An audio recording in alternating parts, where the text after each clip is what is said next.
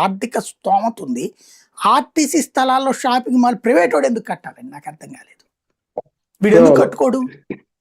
అదనపు ఆదాయం కదా దానివల్ల. అంతే. అద్దెలకు ఇచ్చుకుంటే డబ్బులు వస్తుంది. ఇప్పుడు ఆర్టీసీ బస్ స్టాండ్ లో ప్రైవేట్ వాళ్ళు పెట్టుకునేది షాపులు, ఆర్టీసీ కాదు. అద్దె వస్తున్నదిగా నెలకు వచ్చేటప్పుడు. అట్లాంటి ఆదాయం వాళ్ళ స్థలాలన్నింటిలో పెట్టచ్చు కదా, పెట్టలా. ఎందుకు అంటే తినాలి, వేరే వాళ్ళకి దోచి పెట్టాలి. రాజకీయ నాయకులకి ఇంతవరకు ఒక దోపిడీ, ఒక రకం తింటున్నారు. ఈ తినడాన్ని కార్మిక సంఘాలు పట్టించుకోవాలి. ఎందుకంటే వాళ్ళకి వాళ్ళు రాజకీయ పరమైనటువంటి ఒత్తిలకలొగ్గారా, ఏమైనా జరిగిపోయింది. ఇక ఒకసారి పిండడం బిగించేశాక ఆ పిండడం ఇప్పుడు పతాక స్థాయికి జరిగింది. ఎట్లాంటిది? రాజకీయ స్వార్థానికి ఆర్టీసీని వాడుకోడు. ఉచిత బస్సు, గుడ్.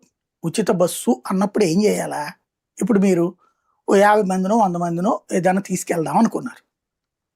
మీరేం చేయాలి? దానికి ఆ 50-100 మందికి అయ్యేటటువంటి ఛార్జీల డబ్బులు మీరు ఖర్చు పెట్టాలి, అంతే కదా?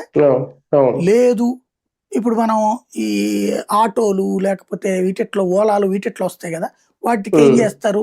దగ్గరలో ఉంటే టికెట్ అంటే ఇంత రేటు, లేదు లాంగ్ అయితే గనక అవుట్ సైడ్ అయితే ఏం చేస్తారు? కిలోమీటర్కి 10 రూపాయల 11 15 10 రూపాయలు